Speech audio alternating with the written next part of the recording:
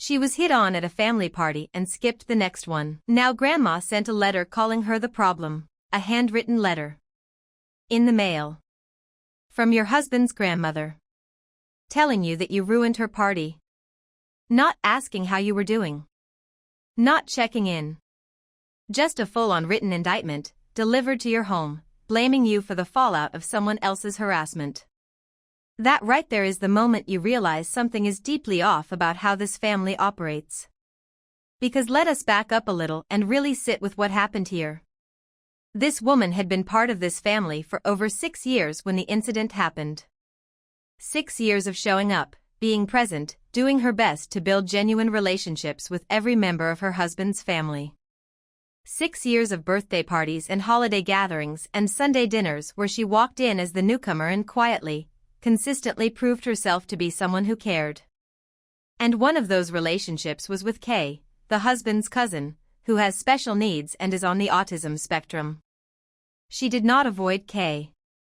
She did not treat him like a burden or an inconvenience. She actually made a point of engaging with him, learning about his special interests, asking him questions, and making him feel included and seen in a room full of people who may not always have had the patience to do the same.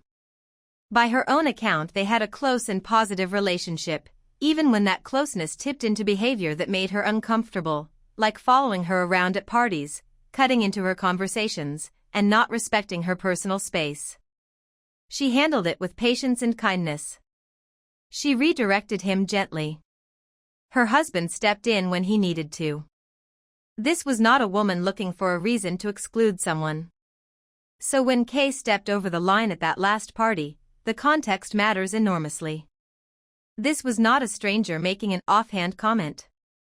This was someone she had invested real time and care into, someone she had protected and accommodated for years, crossing a line in a way that felt pointed and deliberate even if it was not fully understood by Kay himself. Picture the room. Family everywhere, the hum of overlapping conversations, the warmth and noise of a gathering she had attended many times before. And in that familiar setting, something shifted. The comments were not vague. Wishing he were alone with girls.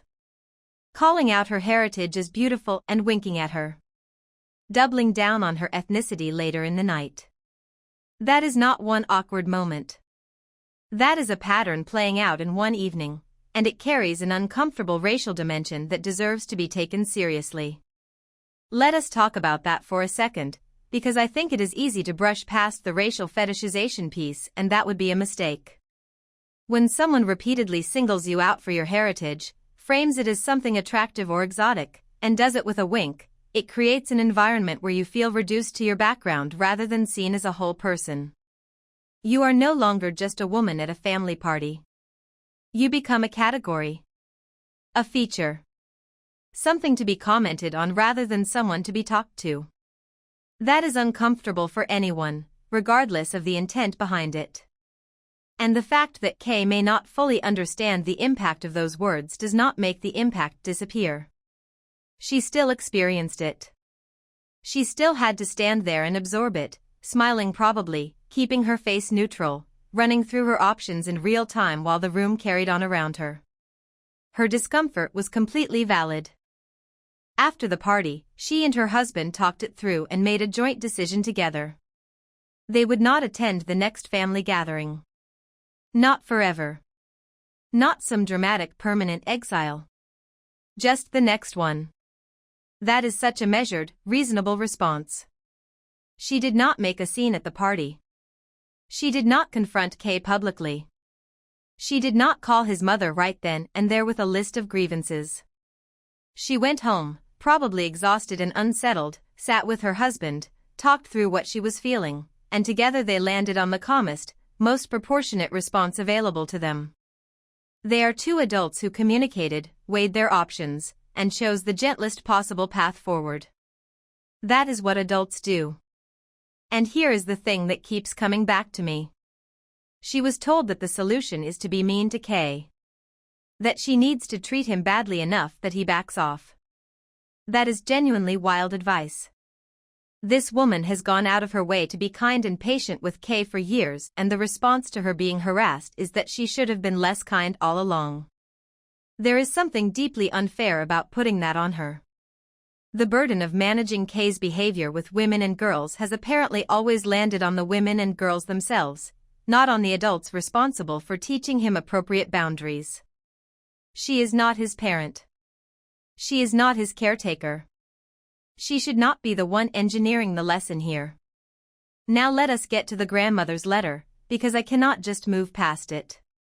This woman, who by all accounts had a very close relationship with her grandson, meaning our narrator's husband, decided that the appropriate response to a serious situation was to write a letter lecturing her granddaughter-in-law for not showing up to a party. Not reaching out with compassion. Not calling to hear what happened. Not starting with any kind of acknowledgement that something upsetting had occurred. Just a letter that went straight to blame. Imagine opening your mailbox and finding that. Pulling out an envelope in a grandmother's handwriting, maybe expecting something warm, and instead unfolding a page that tells you that you ruined everything. She accused her of ruining the party, of being wrong, and said she got the brunt of the situation. Let that sink in. The grandmother is centering herself as the victim here.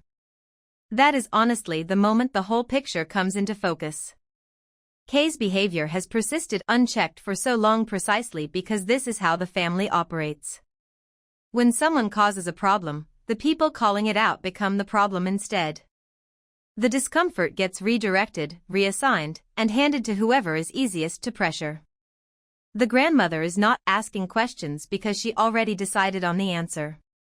And the answer she decided on is that the newest member of the family, the one who married in, who tried her best, who made the effort year after year, is the troublemaker for not absorbing what happened quietly and showing up anyway with a smile. That pattern did not start with this situation. It has clearly been in place for a long time. Oh my gosh. She got a handwritten letter blaming her for being harassed. I need a moment. The husband's response to all of this deserves real recognition.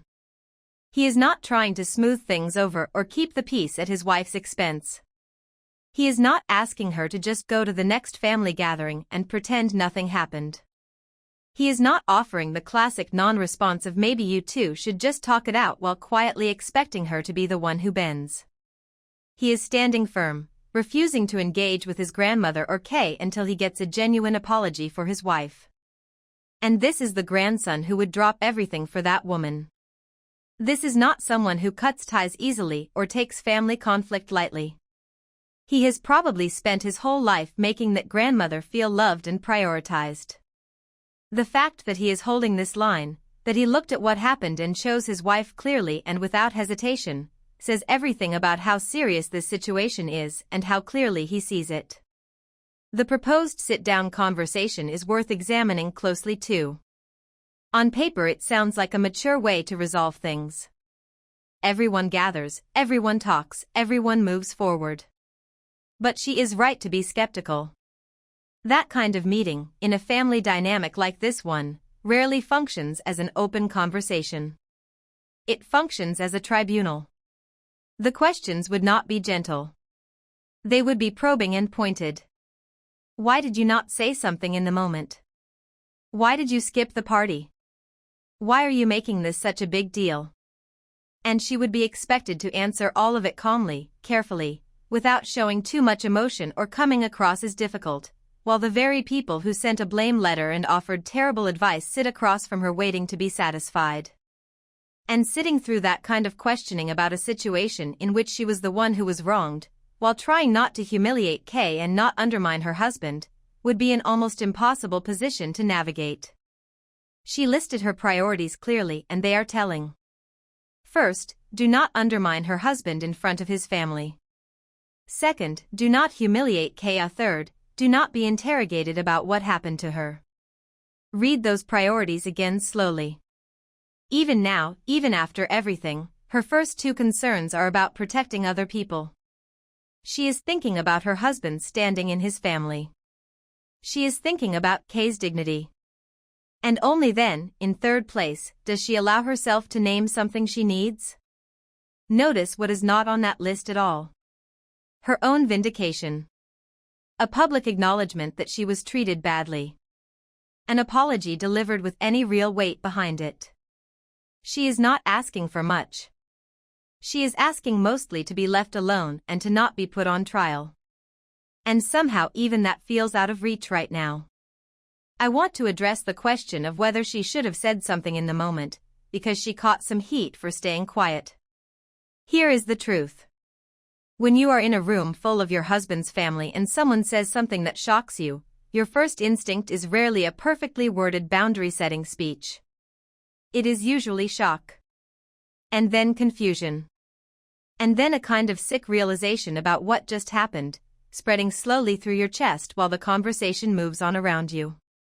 Staying quiet in that moment does not mean she consented to it or brushed it off. It means she was a human being reacting to an unexpected and uncomfortable situation in a room where she had social obligations and relationships to protect. The fact that she was later criticized for her silence rather than Kay being criticized for his words is one of the most revealing details in this whole story. This situation grew into something enormous not because of anything she did but because the family has no healthy framework for accountability. Kay has never been taught boundaries, not real ones, not the kind that stick. His mother reacts defensively when confronted, which means the issue never gets addressed, just buried until it surfaces again somewhere else and with someone else. The grandmother blames the victim instead of asking a single question. The extended family wants a conversation that would almost certainly feel like a second violation, a room full of people who love Kay and love the party and want things to go back to normal, which means they need her to be the one who adjusts. And through all of this, she is just trying to figure out how to protect her own sense of safety and dignity without blowing up the family her husband loves. That is an exhausting place to be. Holding your ground while also holding everyone else together is not a small thing to ask of someone. She is not the asshole. Not even slightly. She responded to repeated harassment by quietly withdrawing from one event. 1. She did not issue ultimatums. She did not post about it. She did not recruit people to her side. She supported her husband. She protected Kay from public humiliation when she absolutely could have let that scene play out in front of everyone. She tried to handle this with grace every step of the way, at the party, after the party, and in every conversation since. And she is still being punished for it. The grandmother writing that letter, the family suggesting she should have been mean all along, the people who gave her heat for not speaking up in the moment, those are the ones who need to take a hard look at what they are actually asking of her. And if that sit-down meeting happens, she should know going in exactly what it is. It is not a conversation. It is an audition. An audition to prove that she is humble and reasonable and not a threat to the family's comfort. She has already given them more than enough. She does not owe anyone a performance on top of it.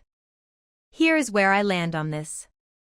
Kay's behavior was inappropriate, full stop. The fact that he has special needs does not erase the impact of what he said or make her discomfort invalid.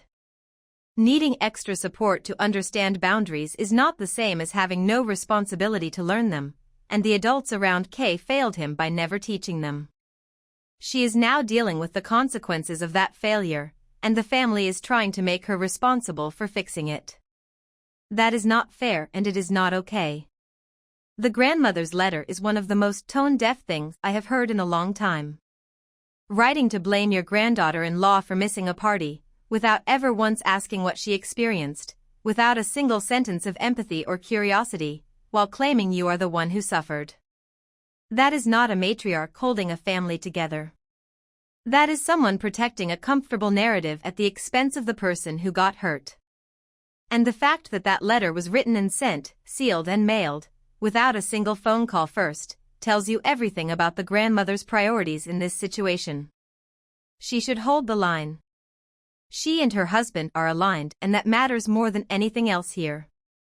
The people asking her to just get over it and show up are asking her to absorb harassment so that everyone else can be comfortable. The people suggesting she be mean to Kay are essentially admitting the family never built any real structure for managing his behavior and they want her to do it for free, on the spot, without any guidance or support. She does not have to do any of that. She is allowed to protect herself. She is allowed to take time. And she is absolutely allowed to wait for an apology before walking back into that house. Her best friend is about to euthanize a healthy dog rather than rehome it, and she's done watching it happen. A 25-year friendship. Since they were 5 years old. And now she is watching her best friend choose to euthanize a dog rather than give it to someone who will actually take care of it. And I think we all know, deep down, that this was never just about the dog. Let me set the scene properly so you understand what we are dealing with here. Brad came into the picture with 2 kids, 1 dog, and 3 cats. His previous home life was genuinely chaotic. A spouse dealing with serious issues, animals multiplying without proper care, children without adequate supervision, a household described as actively harmful. Brad's response to all of that, for 14 years, was to work out of town and let it happen. He was physically absent for the hard parts, clocking out of the mess he helped create and leaving others to absorb the consequences of that. Not exactly a glowing endorsement of his ability to step up when things are hard. And our narrator noticed this. She called him a coward, and honestly it is hard to argue with that assessment given the facts on the table. The pattern was already written before he ever entered Michelle's life. She just chose to believe the story could have a different ending. So Michelle falls in love with Brad, they build a life together, they have a daughter named Mia, who is now 2 years old, and they bring all those animals into a new home. A fresh start, at least that is what they told themselves. The kind of optimism that feels good to say out loud. Except nothing actually changed for this dog. She went from a chaotic, neglectful environment to a different one. Still crated for 6 or more hours a day, alone in the dark with the sounds of a household moving around her and no way to be part of it. Still not walked. Still not trained. Still not given the mental stimulation and physical exercise that a dog of her intelligence and temperament needs to feel safe and regulated. You can imagine what that does to a creature over time. The boredom calcifying into anxiety. The anxiety hardening into something louder, something impossible to contain. And when a dog is in that kind of chronic distress, it does not stay invisible. It comes out as pacing and barking and clawing and eventually, when the dog is desperate enough, as a snap. That snap did not come out of nowhere. That is the thing that is so maddening about this situation. A snap is not random aggression. It is the last word in a very long sentence that has been building for a long time. Think about what it must feel like to be that dog. Every day she communicates, as clearly as her body will allow, that she is struggling. Every day, the people around her register the noise and the movement and the desperation and decide it is an inconvenience rather than a message. Dogs communicate constantly through their behavior and their body language. The pacing is communication. The incessant barking is communication. The clawing at the door is communication. Every single one of those behaviors was this dog saying, in the clearest language she has, that she is not okay. She was begging to be heard. And every single time Michelle and Brad saw those behaviors, they chose not to hear them.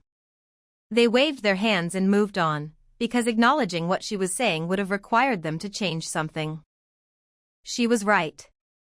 She was completely and totally right when she told them the snapping was going to happen again.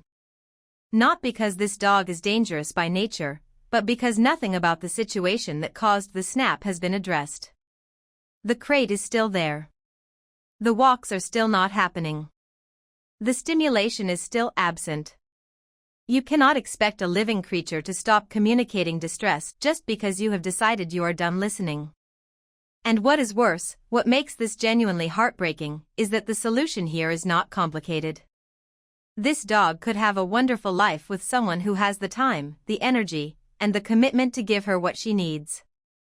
A home where she gets to run and explore and burn through the energy her body was built to burn. Where someone reads her cues and responds to them with patience instead of irritation. Rehoming is not a failure. Rehoming is an act of honesty. It is admitting that you are not the right fit and doing what is right for the animal instead of what is convenient for you. Michelle and Brad have decided that rehoming is not an option. Instead, if this dog snaps again, which she has already been told is essentially inevitable, they will euthanize her. A healthy dog. A smart dog. A dog whose only crime is reacting to being failed by the humans responsible for her. Let that sit for a moment. Not because the dog bit someone and posed a genuine danger that could not be managed. But because it is easier than finding a different home. Because the conversation would be uncomfortable. Because it would mean admitting they got it wrong. I cannot even type that without feeling sick. Let us talk about the friendship for a second, because 25 years is not nothing. That is not a casual connection you walk away from easily. This is someone she has known since she was 5 years old. They grew up together on the same streets, in the same seasons, through the kind of shared history that becomes part of how you understand yourself. They have been through things together. The kind of things you only trust a handful of people with in a lifetime. Ending a friendship like that is not a small decision, and the fact that she is even wrestling with it publicly suggests she does not want to do it lightly. She is not writing this post looking for permission to be dramatic. She is writing it because she genuinely does not know how to reconcile what she knows about her friend with what her friend is about to do. But here is the uncomfortable truth. The Michelle she is describing in this post is not the Michelle she grew up with, or at least not the one she thought she knew. The Michelle in this post is someone who has watched an animal suffer for years, been warned repeatedly, been given a clear and humane alternative, and chosen to ignore all of it. That is not a one-time mistake made under pressure or exhaustion. That is a pattern of choosing comfort over responsibility, over and over again, with full awareness of the cost. And at some point, who someone chooses to be in those repeated moments is who they actually are. Not the version they present at birthdays and brunches. The version that shows up when no one convenient is watching. Her background matters here too. Her mother was an SPCA cruelty investigator. She did not grow up with a casual relationship to animal welfare. She grew up in a household where the suffering of animals was taken seriously as a moral matter, not just a sentimental one. She grew up understanding that the way people treat animals is a reflection of something real and meaningful about their character. She grew up knowing that suffering is suffering, regardless of whether the one doing the suffering can articulate it in words. So when she looks at this situation, she is not being melodramatic. She is applying a value system that is genuinely core to who she is, one she has carried since childhood.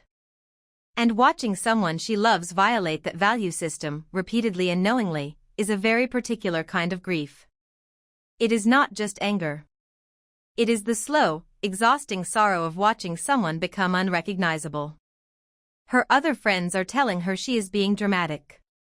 That ending a 25-year friendship over a dog is over the top. And I understand why that framing is seductive. It sounds like perspective. It sounds like wisdom. But I think it misses the point entirely.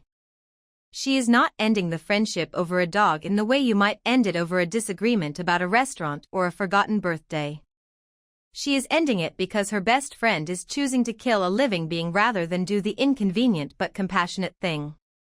She is ending it because she has watched this play out over years and tried to intervene and been dismissed every time, her concern treated as noise rather than signal.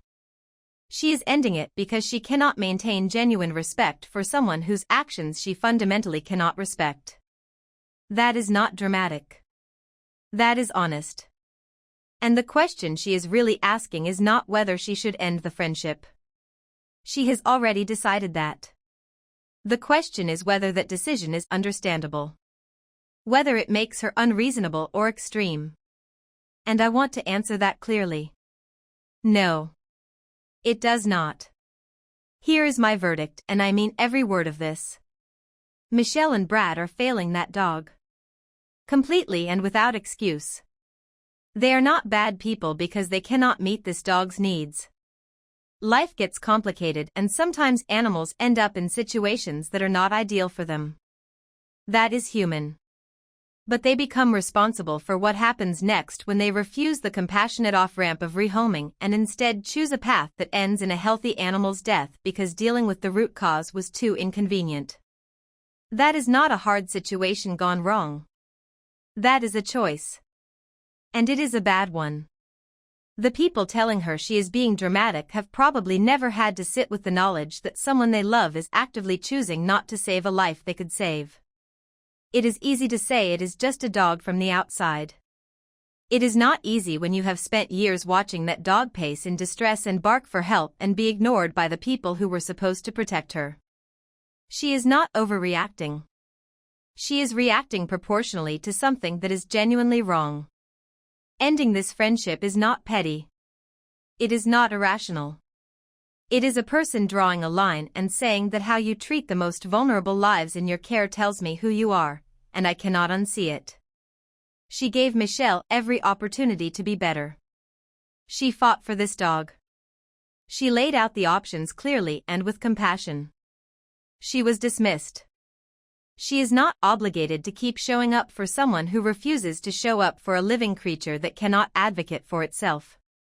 The friendship is not ending because of a dog. It is ending because of what the dog revealed. Drop a comment and tell me which story hit you harder today. And if you made it this far, a like and subscribe means the world.